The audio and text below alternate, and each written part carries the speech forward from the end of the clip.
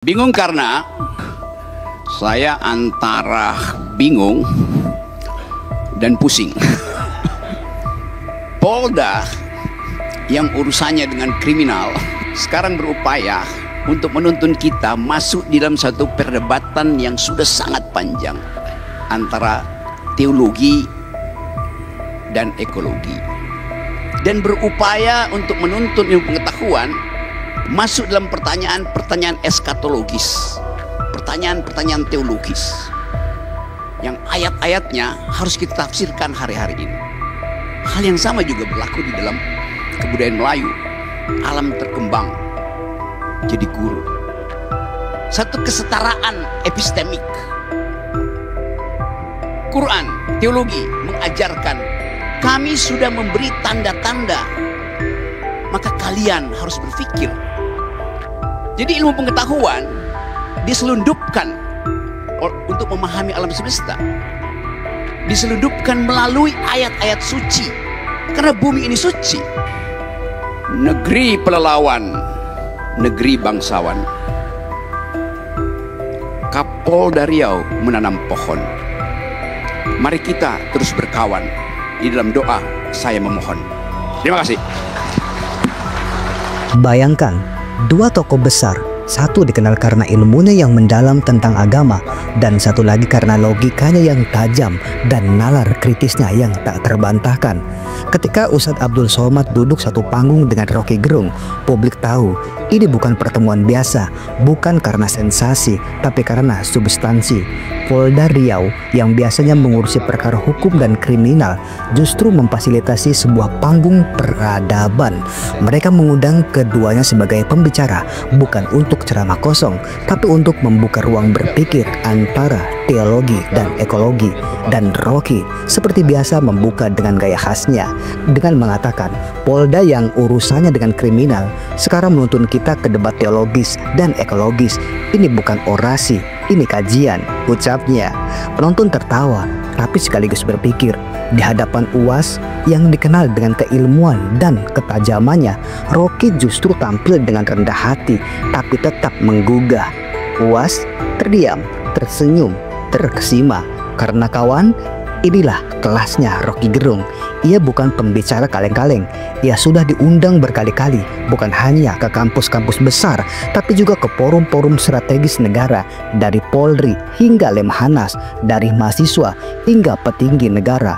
Rocky mungkin bukan seorang profesor di atas kertas, tapi di ruang debat intelektual, ia salah satu yang paling ditunggu suaranya. Dan ketika suara logika bertemu dengan suara iman, yang terjadi bukan perdebatan, tapi pertumbuhan. Oke, tanpa menunggu lama-lama, mari kita saksikan tayangannya. Assalamualaikum warahmatullahi wabarakatuh. Saya antara bingung dan pusing. Bingung karena Polda yang urusannya dengan kriminal sekarang berupaya untuk menuntun kita masuk di dalam satu perdebatan yang sudah sangat panjang antara teologi dan ekologi, dan itu membutuhkan kajian, bukan orasi. Saya kasih kajian di Sespimti Polri, di Lemhanas. Tadi siapa yang pernah ikut kuliah saya di Lemhanas? Oke. Oh, yang ujung sana tuh, Pak Ino. Satu waktu tahun lalu ya. Oke, saya kasih kuliah di Lemhanas untuk menerangkan global security itu, human solidarity, environmental ethics. Subjek-subjek itu ternyata hari-hari ini terhubung dengan keadaan kita di Riau, di Jakarta, di Pakistan, di India, di Eropa. Karena kita mengalami krisis yang sama akhirnya tuh. India kirim rudal ke Pakistan. Kita tahu India punya nuklir, Pakistan punya nuklir. Kalau terjadi krisis nuklir dan krisis itu berubah menjadi perang terbuka, pertanyaannya bukan bagaimana stabilitas politik di regional Asia. Tapi bagaimana bumi memaafkan kemudaratan manusia? Apa akan dimaafkan oleh bumi? Karena setiap perang nuklir hasilnya adalah MAD, Mutual Assured Destruction. Hancur. Kita coba pahami itu dari perspektif ilmu pengetahuan dan berupaya untuk menuntun ilmu pengetahuan masuk dalam pertanyaan-pertanyaan eskatologis, pertanyaan-pertanyaan teologis yang ayat-ayatnya harus kita tafsirkan hari-hari ini. Tadi dimulai dengan ayat belajarlah dari aturan semesta. Karena itu diperlukan akal untuk memahami aturan semesta. Hal yang sama juga berlaku di dalam kebudayaan Melayu. Alam terkembang jadi guru. Satu kesetaraan epistemik. Quran, teologi mengajarkan kami sudah memberi tanda-tanda, maka kalian harus berpikir. Jadi ilmu pengetahuan diselundupkan untuk memahami alam semesta. Diselundupkan melalui ayat-ayat suci. Karena bumi ini suci. Jadi kita mulai membayangkan soal itu. Dalam perspektif antropologi, kita anggap bahwa ya makhluk manusia ini sebetulnya hanya 0,00 sekian detik dari usia alam semesta itu. Usia kita mungkin baru 100 juta tahun yang lalu. Atau bahkan lebih mundur lagi. Karena catatan yang kita ketahui tentang manusia itu hanya ditulis di dalam kitab-kitab suci itu. Quran, Bible, Veda. Jadi kitab suci mencatat kehidupan manusia sekaligus peran manusia di dalam merawat atau merusak alam. Apakah bumi ini akan kiamat? Ada kepastian teologi di situ. Ada yaumil akhir. Ada penghakiman bagi mereka bahkan yang lolos meniti Shiratul Mustaqim tetap akan diuji. Jadi kalau kita katakan bumi akan kiamat, dunia akan kiamat. Dari segi teologi, kita sedang menuju ke situ. Akan. Tapi dari segi ilmu pengetahuan, bumi ini memang pernah kiamat. Ketika supernova itu meledak, kira-kira 4-5 miliar tahun yang lalu. Pecahannya jadi matahari, sebagian pecahannya jadi bumi. Jadi ilmu pengetahuan hanya mampu untuk menerangkan bahwa dunia sudah pernah kiamat, satu peristiwa kosmologi. Ketika sebuah bintang yang namanya supernova itu meledak. Dan kita di bumi menerima ledakan itu sebagai rahmat. Karena dengan ledakan itu terbentuk alam semesta baru. Indonesia penggalan dari ledakan itu yang terjadi 4,5 miliar tahun yang lalu. Sekarang kita membayangkan satu kondisi bahwa yang dirawat oleh bumi selama 4,5 miliar tahun itu sekarang mulai disebut sebagai potensi kerusakan ekologis jilid 12, 13 seterusnya. Tapi apakah bumi mampu memperbaiki dirinya? Tanda-tanda itu ada. Kalau kita membaca cara memperbaiki bumi seperti yang difatwakan di dalam Quran, pakai otak. Doa dan otak. Kita lihat jumlah kerusakan yang dibuat manusia. Yang disebut antroposin. Artinya jumlah kerusakan kuantitas dan kualitas yang dibuat manusia sudah melampaui daya pulih bumi. Kita belajar itu dalam ilmu geologi itu. Kalau bumi merusak dirinya, dia mampu memperbaiki dengan cara regenerasi itu. Kita kutuk gurun Sahara yang kering kerontang, kita puji hutan Amazon yang hijau dan sejuk. Mengapa kita kutuk gurun Sahara? Karena di situ tidak ada kehidupan. Mengapa kita muliakan hutan Amazon? Karena di situ ada keragaman hayati. Tapi kalau kita ikuti keterangan ayat tadi, pakai otak. Allah Subhanahu wa taala mengatakan, pakai otak untuk membaca gejala alam. Surat apa tadi? Surat Al-Imran. Kalau kita pakai otak, kita mulai riset. Ternyata hijaunya hutan Amazon bertahan jutaan tahun karena dipupuk oleh fosfat. Fosfat adalah elemen kimia yang memupuk Amazon. Di mana fosfat itu ada? Tidak di hutan Amazon, adanya di gurun Sahara. Anda lihat ini gurun Sahara, ini hutan Amazon, bagian selatan Amerika, hijau. Gurun Sahara, bagian selatan Afrika, dia paralel. Di dalam rotasi bumi, dalam hitungan 70 jam, panas matahari menguapkan gurun Sahara dan mengikuti rotasi bumi, uap fosfat itu tiba di hutan Amazon. Gurun Sahara adalah pabrik pupuk untuk hutan Amazon. Yang bikin siapa? Bukan oligarki. Allah Subhanahu wa taala yang buat itu. Jadi kita melihat keteraturan itu ada bahkan dalam ide pertama penciptaan. Yang nanti akan diterangkan oleh UAS, Ustadz Akal Sehat. Kita coba memahami itu. Oh, belum bikin pantun ya.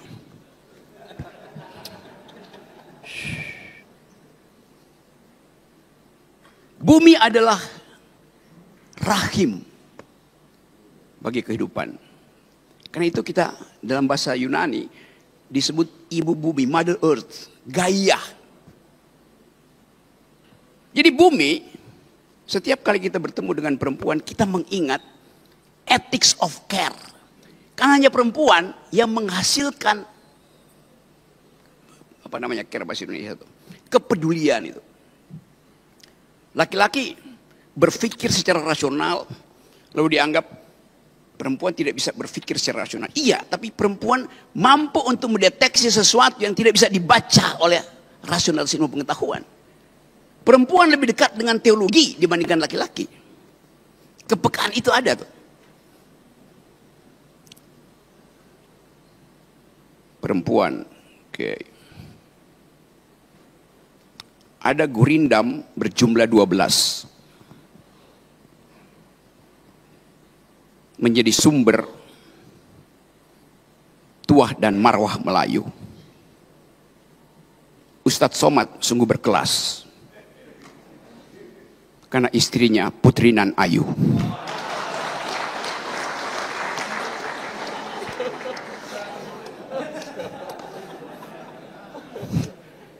Keayuan perempuan setara dengan keayuan bumi. Bumi itu indah, bumi itu ayu. Saya memulai dengan cara itu. Untuk mencoba memahami bahwa kita perlu ethics of care. Belajar pada kepedulian perempuan. Kita semua lahir dari rahim perempuan. Lahir dari rahim perempuan, rahim yang sudah membagi keadilan. Setiap kita pernah ada dalam kandungan bumi dan bumi sudah membagi keadilan. Setiap kita pernah ada dalam rahim perempuan dan rahim perempuan sudah membagi keadilan. Ketika kita di dalam kandungan ibu kita mensuplai gizi. Jadi kita memperoleh makan siang gratis pertama dari rahim ibu kita. Dan sangat bergizi.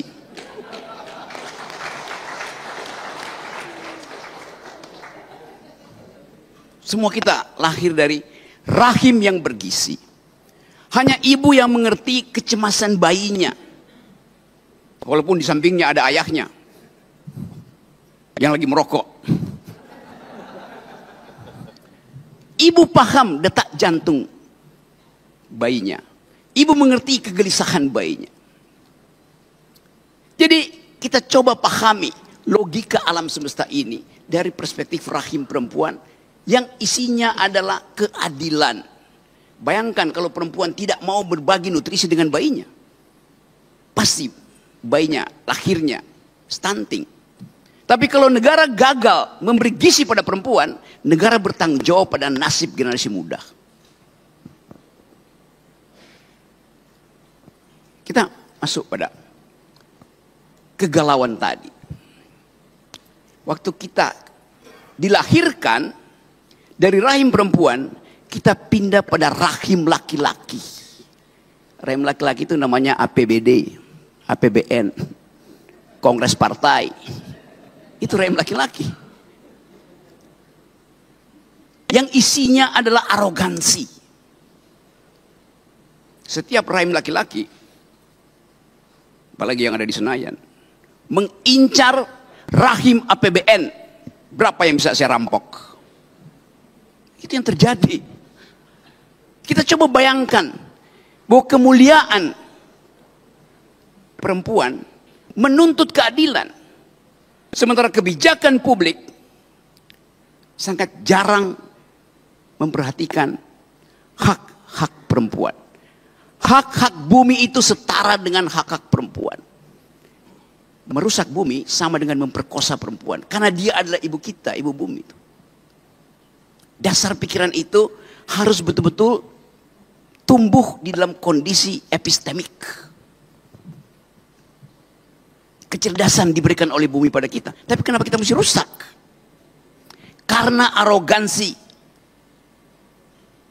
Keinginan untuk mengubah wants menjadi needs itu. Bumi menyediakan kecukupan bagi kita. Yang kita butuhkan. Basic needs. Tapi politik membuat needs itu menjadi wants. Tambah mau lagi. Itu yang merusak lingkungan. Ketika needs sudah dipenuhi, wants-nya itu berubah menjadi keinginan untuk akumulasi. Itu ya. Kerusakan lingkungan dimulai ketika ego antropologis kita menganggap bahwa bumi itu disediakan untuk kita eksploitasi. Nah, kerakusan itu yang hendak kita halangi hari-hari ini. Jadi sekali lagi, sering dikatakan bahwa perempuan itu adalah makhluk kelas 2. Karena dia dibuat dari tulang rusuk laki-laki. Jadi yang utama adalah laki-laki. Perempuan itu cuma diambil dari tulang rusuknya. Tapi ilmu pengetahuan menerangkan sebetulnya bahwa kalau perempuan sekedar dibuat dari tulang rusuk laki-laki, laki-laki dibuat dari apa?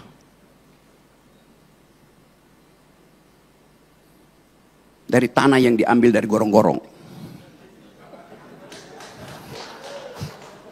Ya. Mana lebih mulia, tulang rusuk atau tanah liat? Tulang rusuk udah terbentuk kimianya. Kalsiumnya udah cukup. Tapi itu keterangan kita untuk memahami supaya jangan merendahkan perempuan. Yunto jangan merendahkan alam itu. Perempuan akan bilang, iya, saya dibuat dari tulang rusuk. Tapi suami saya dibuat dari tanah gambut yang habis terbakar. Kita membayangkan itu. Tetapi sekali lagi, ada persekutuan hari-hari ini antara teologi dan ekologi. Teologi memberi semacam kelegaan batin untuk menghidupkan kembali harapan. Di dalam semua teologi, intinya adalah harapan. Bahwa ada sesuatu yang kita tunggu, suatu kemuliaan. Jadi manusia sedang berupaya untuk memuliakan kembali dirinya, tetapi dengan arogansi. Kalau kita katakan, kami manusia ingin memuliakan alam, maka alam akan katakan, selamat datang kembali.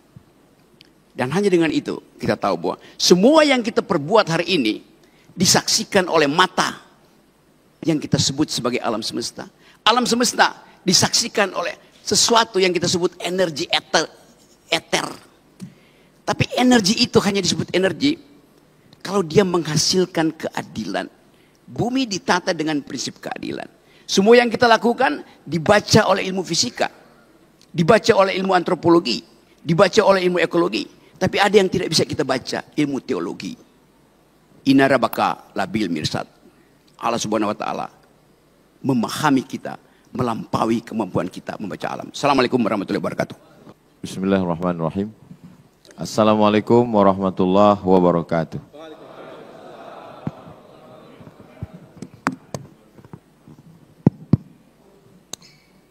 Alhamdulillah, Allahumma salli ala Sayyidina Muhammad wa ala ali Sayyidina Muhammad. Kalau sudah pakai batik, jangan lagi pakai dasi. Kata Bang Rocky, ruangan ini cantik, bagus untuk resepsi.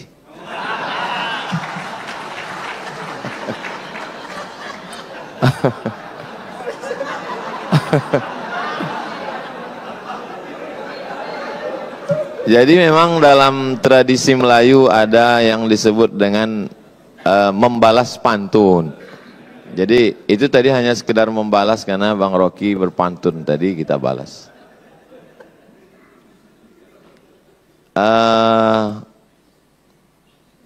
Sudah dibagi ini jatahnya, Bang Rocky menjelaskan dari aspek sains. Saya diminta menjelaskan dari aspek agama. Tapi setengah dari pembahasan saya sudah diambil Bang Rocky. Ada beberapa istilah yang sudah dia pakai. Saya hitung itu tadi. Yaumil akhir, siratal mustaqim, inna rabbaka labil mirsad. Itu. Dalam hati saya, ini kalau lama sedikit habis bahan saya ini.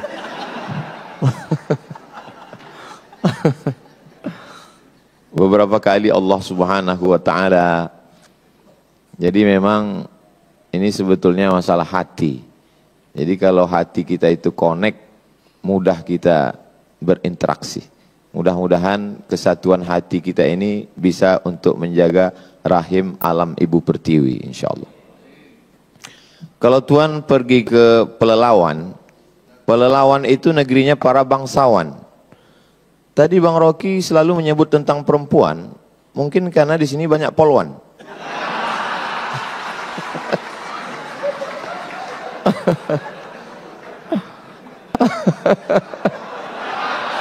So sweet, so sweet. Baik, jadi saya urutkan karena saya diminta dari aspek agama. Pintu gerbang untuk masuk ke agama Islam itu adalah syahadat asyhadu an la ilaha illallah wa asyhadu anna Muhammadan Rasulullah. Tuhan itu abstrak, tidak tersentuh, tidak kelihatan, tidak berbentuk. Dalam Islam bukan fisik. Maka tidak dalam bentuk patung, bukan batu, bukan kayu dan lain sebagainya. Tapi Al-Quran menggambarkan bahwa iman itu kasyajaratin thayyibatin, seperti pohon kayu. Asluha sabitun, akarnya menghunjam ke tanah, wa far'uha fis sama, pucuknya ke langit. Sesuatu yang abstrak dalam Islam digambarkan dengan sesuatu yang kelihatan. Cinta itu tidak kelihatan. Bagaimana menggambarkan cinta? Maka mesti digambarkan dengan sesuatu yang kelihatan. Maka muncullah ungkapan, cintamu seperti air di daun keladi, setelah tumpah tidak meninggalkan bekas. Begitu biasanya orang yang kecewa. Maka dalam Islam iman itu digambarkan dengan pohon kayu. Kalau tadi Pak Gub bercerita tentang orang Melayu tidak bisa dilepaskan dari hutan, dari pohon kayu, ya logis, masuk akal, karena memang orang Melayu tinggalnya di tengah jantung pulau Sumatera. Memang dia begitu buka mata ngelihat pohon kayu. Tapi Nabi Muhammad SAW dia bukan orang Sumatera. Dia tinggal di gurun pasir yang pohon itu sesuatu yang sulit. Tapi ketika cerita tentang iman, kaitannya dengan pohon kayu. Setelah masuk, setelah orang beriman, lalu kemudian bagaimana kondisi dia? Mathalul mu'min kamathalis syajar. Orang beriman itu seperti pohon kayu. Pohon kayu lagi. La yazalur rihu tumiluhu. Angin senantiasa membuat dia bergoncang. Jadi ketika orang sudah meyakini Tuhan, nanti akan ada goncangan-goncangan keimanan. Lagi-lagi dikaitkan dengan pohon kayu. Ketika pohon kayu sudah mulai berdiri, maka akan datang ada angin yang membuat dia bergoncang. Maka sabarlah seperti sabarnya pohon kayu. Lagi-lagi pohon kayu. Dari awal pohon kayu. Suasana hatinya setelah beriman seperti pohon kayu. Lalu kemudian dia mulai berbuat baik. Perbuatan baik apa yang bisa dia lakukan? Ma min muslimin yaghrisu gharsan yazra'u yazra'an. Kalau ada seorang beriman yang menanam tanaman. Dia tidak sebut tentang sholat, zakat, puasa, haji. Itu ritual. Tapi ada satu amal, menanam pohon kayu, kata Nabi. Ma min muslimin yaghrisu gharsan yazra'u zar'an fayakuluhu tayrun. Kalau ada orang beriman menanam pohon kayu, lalu kemudian tanamannya itu dimakan oleh tayrun, burung. Bahimatun, hewan. Insanun, manusia. Illa kanat lahu bihi sadaqah. Maka itu sebagai sadaqah. Makanya orang disuruh menanam pohon kayu depan rumah. Supaya apa? Supaya ada sedekah. Sekarang kita pergi ke rumah orang, lalu kita lihat di ruang tamunya ada pohon kayu. Tapi ternyata setelah kita dekati rupanya pohon plastik. Itu bedanya di Mapolda. Ternyata pohonnya asli semua. Makanya ada ungkapan hijau rumput di rumah, lebih hijau rumput sintetis. Dulu memang tetangga, sekarang udah berubah jadi rumput sintetis. Karena tidak pernah kering dia. Memang sekarang semua penuh dengan kepalsuan. Yang asli itu hanya di Mapolda. Lalu kemudian bagaimana dengan dosa? Dosa itu adalah judi dan seterusnya. Tapi orang lupa. Nabi mengatakan, man qata'a sidratan, siapa yang memotong satu batang pohon sidir. Pohon sidir biasanya tumbuh di tengah gurun pasir, ada unta yang bernaung di bawah, orang musafir dia berhenti sejenak. Siapa yang memotong sebatang pohon sidir, sawwaballahu ra'sahu finnar, maka kepalanya nanti akan disungkurkan ke dalam api neraka. Makanya saya Bang Rocky, sejak dari musim-musim asap dulu, karhutlah, kebakaran hutan dan lahan, tidak pernah sekalipun mau diminta jadi imam sholat istisqa minta hujan. Enggak pernah sekalipun. Kenapa saya tidak mau? Karena yang membakar itu ikut sholat. Jadi bagi mereka kejahatan itu adalah kejahatan ritual. Padahal kejahatan yang lebih fatal adalah membakar hutan, itu kejahatan yang luar biasa. Misalnya saya mau jadi imam sholat istisqa. Pas giliran hujannya nggak turun, yang disalahkan imam. Padahal makmumnya itu salah semua. Alhamdulillah sejak Kapoldanya pencinta pohon-pohonan, ini sudah hujan tidak berhenti turun.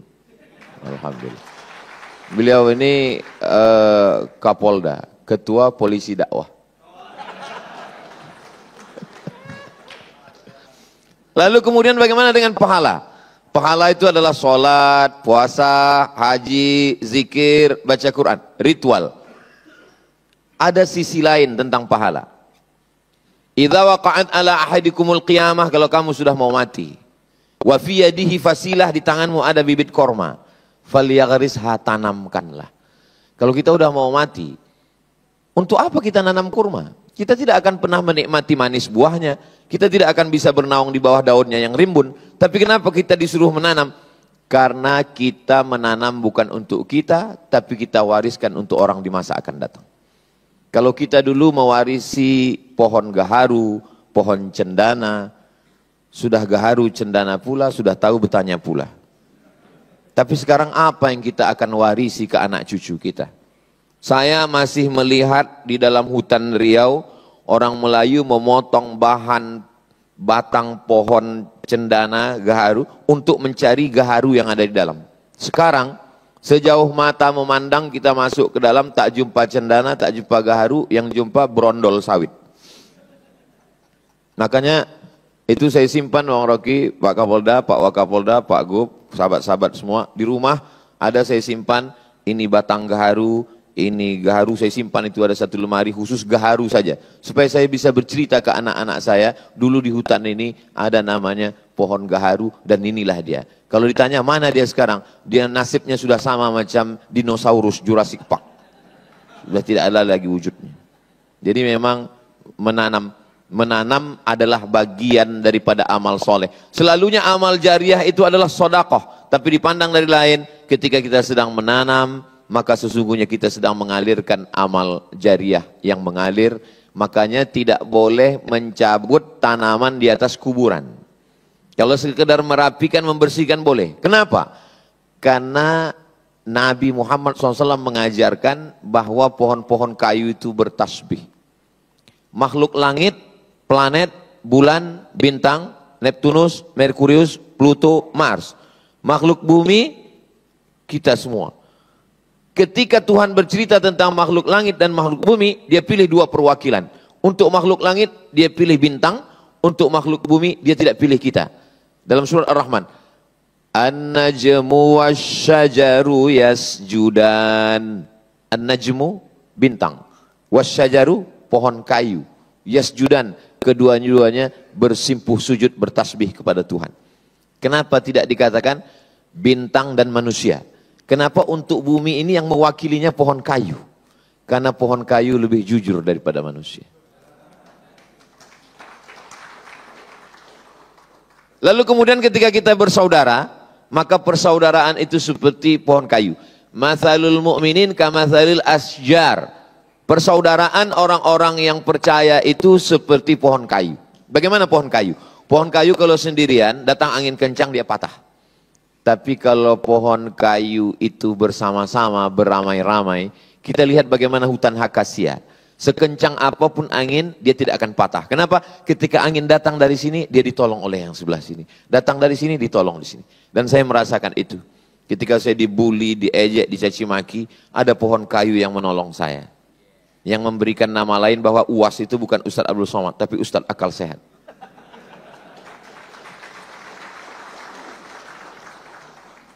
Lalu kemudian susah saya untuk fokus ini. Memang cantik pohon kaktus ditanam di tengah taman. Memang susah kita untuk fokus kalau kita belum sarapan.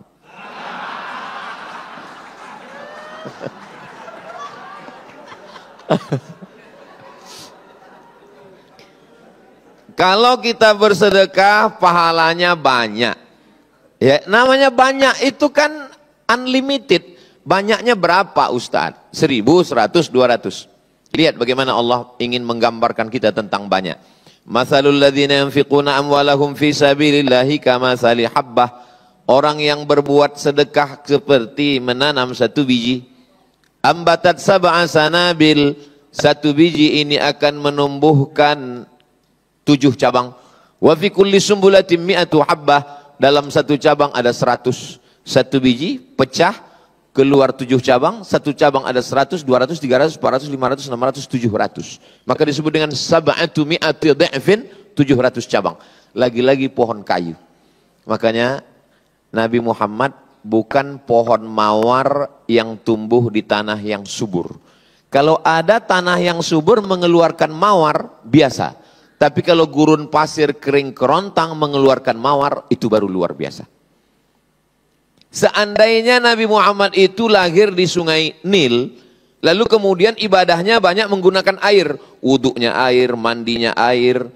Biasa, karena dia tinggal di tengah sungai. Tapi dia tinggal di tengah alam yang susah mendapatkan air. Seandainya Nabi Muhammad itu tinggalnya di Pulau Sumatera, di Pulau Amazon, lalu kemudian di hutan hujan yang rimbun, lalu dia banyak bercerita tentang pohon kayu. Biasa. Tapi ketika dia orang gurun pasir, Arab Badui, bercerita tentang pohon kayu, itu salah satu bukti bahwa omongannya itu bukan berdasarkan lingkungannya, tapi itu datang dari Allah. Wa ma yantiqu 'anil hawa, dia tidak bicara mengikut hawa nafsunya, bukan pikirannya. In huwa illa wahyun yuha, tapi datangnya dari Allah Subhanahu wa taala. Saya ketika membaca itu menambah keyakinan saya, oh ini bukan dari lingkungannya, karena itu bukan tempat tinggal dia. yang dia bicarakan itu adalah sesuatu yang di luar dari tempat tinggal dia. Jadi kalau hari ini kita sebagai orang Melayu, sebagai orang Sumatera, kita masih ada kesempatan untuk menjaga Riau, khususnya Bumi Lancang Kuning ini dengan program-program penghijauan, penanaman, tidak bisa hanya sekedar dengan slogan, mesti action nyata. Maka saya kira tidak hanya dari pihak kepolisian, semua departemen, dinas, kehutanan. Dulu banyak saya lihat beberapa baleho di kantor-kantor, one man, one tree. Satu orang, satu tanaman. Ada satu Bapak KUA, Kepala Kantor Menteri Agama juga begitu. Kami langsung action Pak Ustadz. Yang nikah bawa satu pohon, yang cerai 2 pohon. Jadi memang mesti action nyata. Dan insya Allah kalau ini kita amalkan, kita bisa melihat Riau hijau kembali dan alam sehat kembali, sehingga rahim Ibu Pertiwi ini melahirkan oksigen yang positif dan kita bisa hidup nyaman, tentram, dan kita semuanya menjadi orang-orang yang dari aspek agama menjaga lingkungan. La yabulanna ahadukum fil ma'id daim la yajri. Tidak boleh, maaf, tidak boleh kencing di air yang tidak mengalir. Karena akan ada orang yang mengambil air untuk minum, akan ada orang yang untuk berwudu. Tidak boleh kencing di air yang tidak mengalir. Kalau di air yang tidak mengalir saja tidak boleh dibuang limbah pribadi, apalagi limbah pabrik yang dibuang tidak hanya mematikan sungai, tidak hanya mematikan ikan, tapi sampai cucu cicit ikan itu mati. Dulu mereka memancing. Dulu mereka hanya menangkap, sekarang disetrum, dibakar, dihancurkan. Makanya dalam Quran dikatakan zaharal fasadu fil barri wal bahri. Kerusakan sudah terlihat fil barri di daratan, wal bahri di lautan, bima kasabat aidinas akibat tangan manusia. Sejahat-jahatnya gajah, dia hanya bisa menanam, mencabut pucuk sawit paling 5. Sejahat-jahatnya badak, dia paling bisa menanduk 1 pohon kayu. Tapi manusia, dia tidak pakai kampak, dia tidak pakai tanduk, dia tidak pakai cula. Dia cukup dengan tanda tangannya habis 600.000 hektar. Dengan ujung jarinya. Lalu tangan yang sudah menghancurkan hutan itu dipakai untuk mengangkat kepada Tuhan. Ampunkan dosa kami yang Tuhan. Kira-kira apa kata malaikat? Kau bercanda apa serius? Dibangunkan satu masjid, berangkat ke tanah suci, menangis di pintu Ka'bah, pulang bersih. Ini bukan agama, ini opium. Ini yang dikatakan Karl Marx bahwa agama itu opium. Orang kecanduan agama, membakar hutan, menghabiskan alam. Sekarang harimau di Pelalawan mau ngamuk masuk ke rumah warga. Bukan harimau yang masuk ke rumah warga, warga yang sudah lama masuk ke rumah harimau. Sekarang dikatakan, ini Pak Ustadz kenapa di Riau ada jalan tol yang tempat gajah lewat. Kita yang sudah mengambil tempat gajah lewat. Jadi gajah itu memang dari dulu tidak pernah melewati jalan orang lain. Gajah itu kalau sudah kakek moyangnya jalan di situ, dia terus saja di situ. Tapi manusia, hari ini dia jalan di sini, besok trotoar dia ambil. Jadi sebetulnya pantasanlah agama itu untuk kita. Karena memang kita yang tidak lurus menjalani hidup ini. Kalau gajah itu memang udah lurus, dia nggak pindah-pindah lagi. Gajah itu tidak bisa berpindah. Dan yang paling setia di antara semuanya adalah buaya. Buaya itu tidak bisa berpindah ke lain hati. Selama dia di air. Tapi kalau dia sudah naik ke darat, itu sudah lain cerita. Akhirnya waktu juga yang memisahkan kita. Tadi saya lihat Bang Rocky 25 menit, maka saya pun 25 juga. Karena lebih dari jatah yang sudah ditetapkan, itu berarti keluar dari keadilan. Kita kembalikan ke Ustadz Al-Nurdin. Terima kasih Ustadz yang sudah memaparkan bagaimana teologi memandang alam ini sebagai banyak permisalan. Sehingga mulai bercerita penciptaan sampai amal soleh, semuanya permisalan dengan pohon. Sebelum kita lanjut dengan diskusi tanya jawab, Pak Kapolda, hari ini kawan-kawan kita biker subuhan milad yang ke-7 Pak Kapolda. Dan akan siladda pertama di Pekanbaru. Sehingga kawan-kawan biker subuhan berasal dari berbagai daerah datang ke Pekanbaru, siladda pertama hari esok atau hari ini? Hari ini di Pekanbaru. Ini tim-tim tangguh kita yang biasa pengajian dengan Tuan Guru setiap Rabu subuh di Rimbo Panjang. Kita berharap biker subuhan ini tidak hanya sekedar kajian, tapi juga akan ikut menanam pohon bersama Pak Kapolda, menjaga alam bersama Bang Rocky dengan kepedulian, dengan keadilannya. Sehingga rahim Ibu Pertiwi ini tidak menimbulkan banyak toksik yang banyak merusak tapi banyak manfaat. Seperti yang dipaparkan Bung Rocky dengan keilmuan dan teologi oleh guru kita bersama Ustaz Abdul Somad. Sebelum kita tutup diskusi ini nanti dengan doa, kita buka dulu tanya jawab maksimal 3 orang. Silahkan kalau ada dari peserta menanggapi. Baik, abang yang di belakang baju merah 1. Silahkan kalau ada lagi maksimal 3 orang saja. Karena setelah ini kita akan sarapan pagi di rumah masing-masing. Oh, ada di sini Pak Kapolda ya? Ada. 1, ada lagi yang lain? Oh, kasih pantun Pak, boleh Pak. Kasih pantun boleh, kasih petuah juga boleh. Silakan yang pertama, yang baju merah Bang. Assalamualaikum warahmatullahi wabarakatuh. Waalaikumsalam warahmatullahi wabarakatuh. Mohon nama dan dari mana Bang?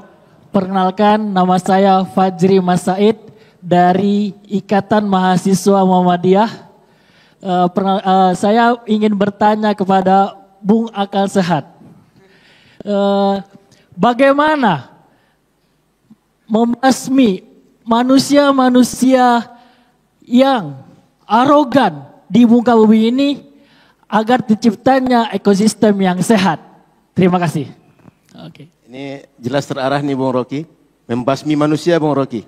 Selama ini kita membasmi yang merusak. Tapi sekarang membasmi manusia. Tapi saya nggak tahu manusia mana nanti Bung Rocky. Assalamualaikum warahmatullahi wabarakatuh. Waalaikumsalam warahmatullahi wabarakatuh. Baik, sebelum Bung Rocky menjawab, enak kita dengar pantun dulu. Silakan Bang. Siap. Pohon tomat, pohon aren. Ustadz Abdul Somad memang keren. Yang kedua buat Bung Rocky. Beli karung pakai mobil hardtop. Bung Rocky Gerung memang top. Terima kasih. Jadi pagi ini ada orang keren, ada orang top ya Bang ya. Baik, Bung Rocky, silakan Bung Rocky. Membasmi manusia cerita kita Bung Rocky. Silakan. Oke, apa alasannya kita membasmi manusia itu? Itu adalah hak Sang Khalik. Yang bisa kita lakukan adalah membasmi kejahatan manusia terhadap alam. Dengan ilmu pengetahuan, dengan keakraban. Saya coba terangkan beberapa cerita untuk melihat bagaimana kita mampu untuk melihat kelakuan manusia yang menyebabkan pohon itu berubah menjadi mebel.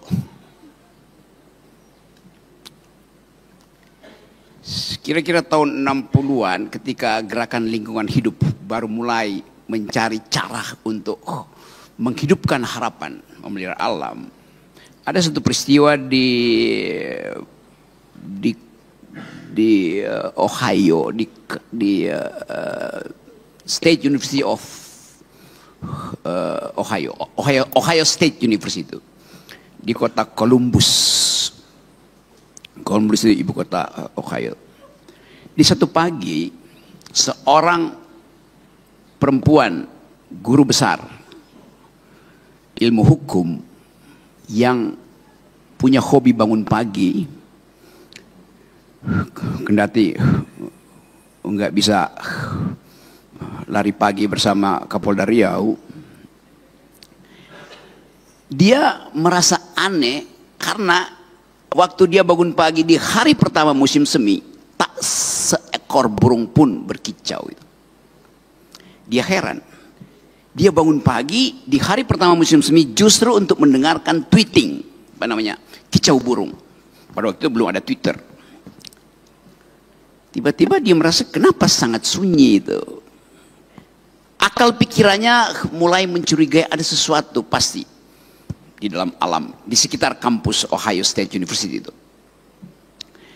Lalu dia datang ke samping apartemennya, di samping kamar apartemennya. Dia gedor seorang perempuan juga, profesor kimia. Jadi bayangkan, profesor hukum mulai mencurigai ada sesuatu nih. Bagaimana caranya ya? Pasti soal alam itu terkait dengan soal-soal kimia. Lalu mereka berdua mulai survei. Ya 100-200 meter. Ternyata banyak burung, tetapi di dalam bentuk bangkai. Burungnya mati tuh di sekitar kampus Ohio. Akal pikiran, kuriositas mereka mulai bekerja. Kenapa? Ada bekas gigitan burung di pohon apel, pohon buah-buahan di sekitar kampus. Tapi kenapa ada ya mayat burung-burung ini berserakan? Innalillahi wa inna ilaihi rajiun. Kuriositas menyebabkan mereka meneliti. Akhirnya diketahui bahwa burung-burung itu menyambut musim semi di dalam kegembiraan bersamaan dengan mulai tumbuhnya buah-buahan di situ. Mereka makan. Tetapi ternyata mereka tidak tahu bahwa buah itu sudah disemprot dengan dulu namanya apa? DDT apa namanya itu? Pestisida itu. Pestisida awal. Jadi itu dimulai kecurigaan bahwa keinginan manusia untuk menikmati buah apel yang ranum itu supaya tidak digigit oleh ulat menyebabkan, jadi ambisi manusia itu untuk dapat buah apel yang tak berulat menyebabkan hak burung untuk makan buah yang sama yang dikirimkan oleh Allah Subhanahu wa taala menyebabkan kematian itu. Burung tidak diberitahu bahwa kalian jangan makan buah itu karena kami sudah kasih pestisida. Jadi saya balik lagi pada si perempuan ini punya kecurigaan, dua perempuan tadi. Karena mereka berpikir bahwa ini bumi rahim kami. Burung itu adalah kegembiraan pagi bagi dua profesor perempuan tuh. Disitulah dimulai satu upaya untuk memperlihatkan bahwa merawat bumi itu sama dengan merawat rahim perempuan. Jangan racuni rahim perempuan. Jangan racuni bumi. Nah peristiwa itu menghasilkan satu ideologi baru tentang ekologi itu. Nama profesor itu adalah Rachel Carson. Teman-teman mahasiswa tulis. Cari di Google, baca bukunya. Rachel Carson menulis buku yang kemudian jadi acuan dari aktivis lingkungan. Judul buku itu adalah The Silent Spring. Musim semi yang sunyi. Padahal musim semi biasanya dimulai di cuaca buruk. Jadi saya mau perlihatkan itu bahwa kebengisan manusia itu menyebabkan tewasnya makhluk yang diciptakan untuk menghuni bumi dengan kicaunya yang indah di pagi hari. Jadi kalau pertanyaan itu kita mulai dengan bagaimana membasmi manusia, jangan manusia itu dibasmi. Ajari dia pengetahuan. Supaya satu waktu kalau dia ingin pakai pestisida, dia mesti minta izin pada burung. Absurd, tapi harus itu yang dilakukan. Karena sekarang tidak ada lagi hierarki makhluk. Di mata bumi, saya, Ustadz Somad, dan bangkai burung itu sama status ontologinya ketika kita meninggal. Roh kita, kalau kita suci, pergi ke surga.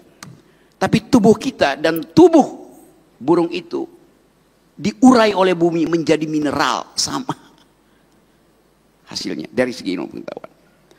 Jadi sekali lagi itu hal yang ingin saya terangkan supaya karena itu kita mulai lakukan edukasi di sini. Keinginan kita untuk menghasilkan pikiran dimulai dari kuliah-kuliah semacam ini yang dengan bagus dimulai di Polda Riau dan lebih bagus lagi karena mengundang Ustadz akal sehat dan sangat sempurna karena mengundang Presiden akal sehat. Ya sekali lagi itu terakhir sekaligus penutup pantun apa ya? Tadi apa yang negeri bangsawan itu? Pelelawan. Negeri pelelawan, negeri bangsawan. Kapolda Riau menanam pohon. Mari kita terus berkawan. Di dalam doa saya memohon. Terima kasih. Abu Sufyan membawa 1.500 pasukan perang dan 15 orang perempuan yang bernyanyi dan bergendang untuk memberikan semangat. Kalau sekarang mungkin cheerleader. Setelah jenazah-jenazah para sahabat Nabi itu bergelimpangan, lalu dia dengan kuda Arab Black Stallion itu bertanya, mana Muhammad? Itu terjadi tahun ketiga. Hari berganti musim berubah, tahun keempat, tahun kelima, tahun keenam, tahun ketujuh, tahun ke-8. Tahun ke-8 Nabi Muhammad SAW membawa 10.000 pasukan masuk ke kota Makkah. Dan ketika itu panglima perangnya Sa'ad bin Ubadah mengacungkan pedang. Hadza yaumul malhamah. Kita akan membunuh Abu Sufyan. Apa kata Nabi? Man dakhala baita Abi Sufyan fahuwa amin. Siapa yang masuk ke rumah Abu Sufyan aman. Nabi tidak membenci Abu Sufyan. Yang Nabi benci perbuatannya. Istri Abu Sufyan, perempuan dendam kesumat namanya Hindun. Hindun ingin supaya paman Nabi bernama Hamzah itu dibunuh. Yang membunuh itu namanya Wahsy. Wahsy memotong telinga Hamzah, hidung Hamzah, dijadikan leontin. Mereka betul-betul kanibal. Lalu kemudian jantung Hamzah dibelah, digigit oleh Hindun. Lalu kemudian apakah Nabi membunuh Hindun? Tidak. Hindun masuk Islam. Apa kata orang? Hindun, dulu kamu katanya tidak mau masuk Islam. Apa kata Hindun? Saya tidak masuk Islam. Islam itu yang masuk ke hati saya. Kemana Wahsy? Wahsy lari ke Taif, 100 km dari Makkah. Setelah 19 hari Nabi di Makkah, Nabi pulang ke Madinah. Wahsy pulang lagi ke Makkah. Ternyata tidak ada satu telinga orang Makkah yang dipotong. Tidak ada satu hidung yang digunting. Pidato Nabi di atas Ka'bah ditulis dengan tinta emas. Apa kata Nabi? Idhabu wa antumut tulaqa. Pergilah kamu, kamu semuanya bebas untuk berbuat apa saja. Wahsy penasaran. Dia kejar Nabi ke Madinah. Sampai di Madinah, dia temui Nabi. Kata Nabi, anta Wahsy, kamu Wahsy? Ya. Qatalta Hamzah, kamu yang sudah membunuh Hamzah, memutilasi Hamzah. Ya. Nabi mendoakan dia dan Nabi tidak menyakiti dia. Kita tidak membunuh orang, kita tidak membinasakan orang, tapi kalau orang itu sudah bertobat, berbuat baik, wa atsbi'is sayyi'atal hasanata. Kalau dulu kau pernah menghancurkan bumi Riau, membakar, memotong pohon kayu, sekarang bertaubat, tapi taubatnya bukan cuma zikir di masjid, taubatnya cuma bukan baca Yasin, ikut lagi dalam program penanaman penghijauan Riau. Bergabung dengan Presiden Akal Sehat, Ustadz Akal Sehat, dan Polisi Akal Sehat untuk menghijaukan Riau kembali. Itu baru namanya taubat nasuha. Kalau hanya sekedar bertaubat, pergi ke Makkah nangis, nangisnya pun bukan karena mengakui dosa, tapi karena habis belanja duit habis. Hentikanlah kepalsuan ini. Mulailah menanam. Jadi kalau ada orang mengatakan Riau sudah kering kerontang, tidak. Datanglah ke Riau. Datanglah ke Mapolda, masih hijau. Di atas keramik masih tumbuh tanaman-tanaman yang hijau. Akhirnya ditutup dengan pantun penutup, menangkap puyuh di Bukit Selasih. Thank you dan terima kasih.